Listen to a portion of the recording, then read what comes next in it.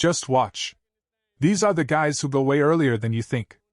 Days before the draft, an anonymous NFL executive confidently bet an insider a cup of coffee that Zavion Thomas would be taken off the board in the third round.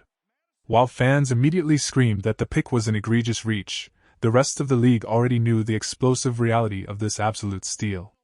If you love deep-dive football analysis that cuts through the noise, do me a massive favor and hit that like button, share this video with a fellow fan, and subscribe to the channel right now. Let us talk about the absolute madness surrounding the selection of Zavion Thomas at 89th overall. When the card was turned in, social media completely melted down. The instant reaction from armchair general managers was fierce, calling it a massive mistake and claiming that the front office had completely lost its mind. But when you start peeling back the layers of this decision, a completely different, almost genius-level picture begins to emerge. It turns out that this organization was not alone in viewing Thomas as a legitimate Day 2 talent. There were only 11 picks remaining before the start of the fourth round when his name was called. If they had waited until their next scheduled pick at 129, there is virtually zero chance he would have still been sitting there. The league knows his immense value, even if the casual fans do not see it quite yet. But let me ask you this: when did raw, unadulterated speed stop being the ultimate trump card in the National Football League? The answer is, it never did. Speed absolutely terrifies defensive coordinators. It forces safeties to play 10 yards deeper, it dictates coverage shells, and it opens up the entire intermediate passing game for everyone else on the field. Modern football is completely obsessed with generating explosive plays. Offensive playcallers desperately want athletes who can simply make a defender miss in a phone booth and take a 3-yard drag route 70 yards to the house. That is why physical boundary receivers are great, but pure space creators who rack up yards after the catch, like Casey Concepcion or Denzel Boston, are the ultimate prize. That is exactly the archetype Zavion Thomas fits into perfectly. When you look at his incredibly chaotic collegiate journey, you realize it is an absolute miracle he is even in this position, and it completely explains why his raw production might look underwhelming to the untrained eye. Think about the unbelievable emotional roller coaster this young man has been on over the last 4 years. He initially arrived at Mississippi State, recruited by the legendary offensive innovator Mike Leach. He was just a teenager trying to find his footing, playing mostly on special teams and learning the ropes. Then, tragedy struck the football world with the heartbreaking passing of Coach Leach. Imagine being a young kid dealing with that kind of devastating loss inside your own locker room. The team rallied, an interim coach took over, won an emotional bowl game, and earned the permanent job, only to be abruptly fired just 1 year later. Seeking some semblance of stability, Thomas transferred to LSU. He stepped into a ridiculously crowded wide receiver room. He found himself playing behind elite, established NFL-caliber talent like Malik Neighbors, trying to carve out a role as a backup to a soaring Garrett Nussmeier. Heading into his final season, he was finally primed for a massive breakout as an undisputed starter. But then the injury bug decimated the roster, the offensive line completely collapsed, and the entire offensive system fell apart, culminating in Brian Kelly being fired right in the middle of the season. That is 3 different head coaches in just 4 years.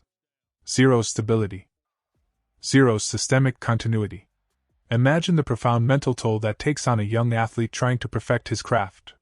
Yet, despite the utter chaos surrounding him, he still managed to showcase game-breaking potential. He possesses blazing 4.28 speed. He has logged over 100 career catches, 1,200 receiving yards, and 8 offensive touchdowns, while also taking 40 carries out of the backfield on gadget plays. And do not even get me started on his special teams value. We are talking about a dynamic return specialist with 35 career kickoff returns averaging over 27 yards, including 2 taken straight to the house. He also returned 60 punts, averaging over 9 yards a pop, with another punt return touchdown added to his resume. When you take a player with that kind of explosive profile and finally put him into a stable, highly functioning NFL offense run by a visionary offensive mind like Ben Johnson, you have the recipe for an absolute breakout. You just have to trust the vision. Now, let us shift gears seamlessly into another heavily debated move from draft weekend, the selection of Stanford tight end Sam Roush at 69th overall. As the draft board started falling, a massive, unexpected run on tight ends completely threw off everyone's mock drafts. Teams were panicking, grabbing big men off the board left and right. Players who are fundamentally older rookies with very limited upside as pass catchers were suddenly flying off the board in the second round. When you see the draft landscape shifting that dramatically, you cannot afford to sit back and hope your preferred target falls to the end of the third round. If the consensus board has Roush valued around pick 100, but the open market dictates a massive premium on the position, taking him at 69 is absolutely not a reach. It is a necessary, calculated tactical strike. Question of the day: who do you honestly believe will have a bigger impact on this offense when we look back in 2026? The lightning-fast Zavion Thomas or the bruising tight end Sam Roush? Drop your exact pick down in the comments below. To truly understand the brilliance of the Sam Roush pick, you have to look at the macro evolution of NFL defenses. Go back to the late 2000s and the massive ripple effect created by high-flying passing attacks that were utterly torching the league on a weekly basis. Defensive coordinators were getting embarrassed, so they adapted. They traded in massive, thumping middle linebackers for hybrid safeties. They sacrificed run-stopping mass for sideline-to-sideline pursuit speed.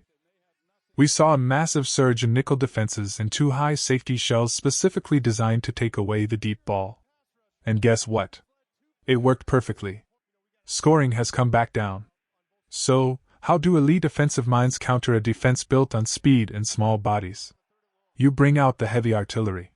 You lean into jumbo packages, utilize multiple tight ends, establish a punishing rushing attack, and beat them into submission with pure, overwhelming physicality. When a defense puts 5 lightweight defensive backs on the field, you counter by marching out Cole Kmet at 6'6", 260 pounds, Colston Loveland at 6'6", 250 pounds, and now Sam Roush at 6'6", 265 pounds. The sheer size of that personnel group is a waking nightmare for a modern, undersized defense. And the truly terrifying part is that every single one of those big men can catch the football. You can run heavy 13 personnel with 3 tight ends, but pre-snap, you can motion them all out wide, empty the backfield, and create massive mismatch problems across the entire field. Linebackers cannot cover them, and defensive backs cannot tackle them.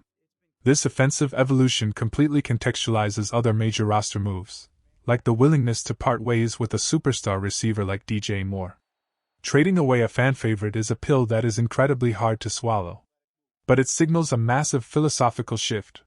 When your base offense operates predominantly out of 12 personnel, and your heavy 13 personnel usage is skyrocketing, you invest your primary capital in the trenches and the tight end room. We saw this coaching staff utilize multi-tight end sets, leaning heavily on guys like Durham Smythe, at a top 5 rate in the league last year. Sam Roush is not just a depth piece. He is a foundational building block for this bully ball philosophy. What makes Roush so incredibly valuable is his mindset. He genuinely embraces the grimy, unglamorous aspects of the game. He has publicly stated that blocking is a huge part of his identity, and something he takes immense pride in. While he might not possess the elite receiving ceiling of Colston Loveland, Roush has the potential to mirror Cole Kmet's early career production. Once he fully acclimates to the pro game, he could easily secure 40 to 50 catches a season. Even as a rookie, reeling in 20 to 25 crucial chain-moving passes is entirely realistic. Furthermore, drafting Roush provides incredible long-term roster flexibility. Having a highly capable, physical tight end on a cheap rookie contract means that if the time comes to save massive capital, you have the internal depth to seamlessly transition away from an expensive veteran contract without skipping a beat. Finally, we need to touch on a very intriguing piece of late-breaking news regarding the back end of this offensive roster.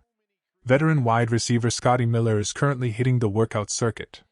After spending last season battling it out in Pittsburgh, he recently visited Detroit, and we now know he is officially scheduled to come to town for a tryout next week.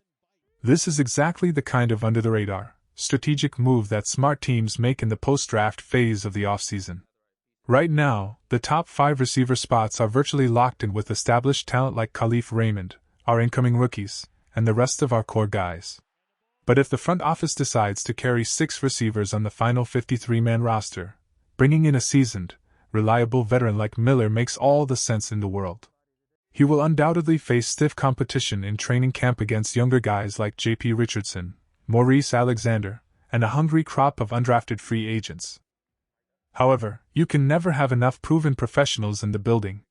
Every championship contending team needs a guy at the bottom of the depth chart who will not flinch on a critical 3rd and long in late December. He is a perfect veteran insurance policy, much like the post-draft additions of Miles Boykin or Olamide Zakos we have seen in previous years. The pieces are all falling into place in a deliberate and incredibly physical way. Keep your eyes glued to the wire, trust the process, and get ready for a completely redefined brand of football.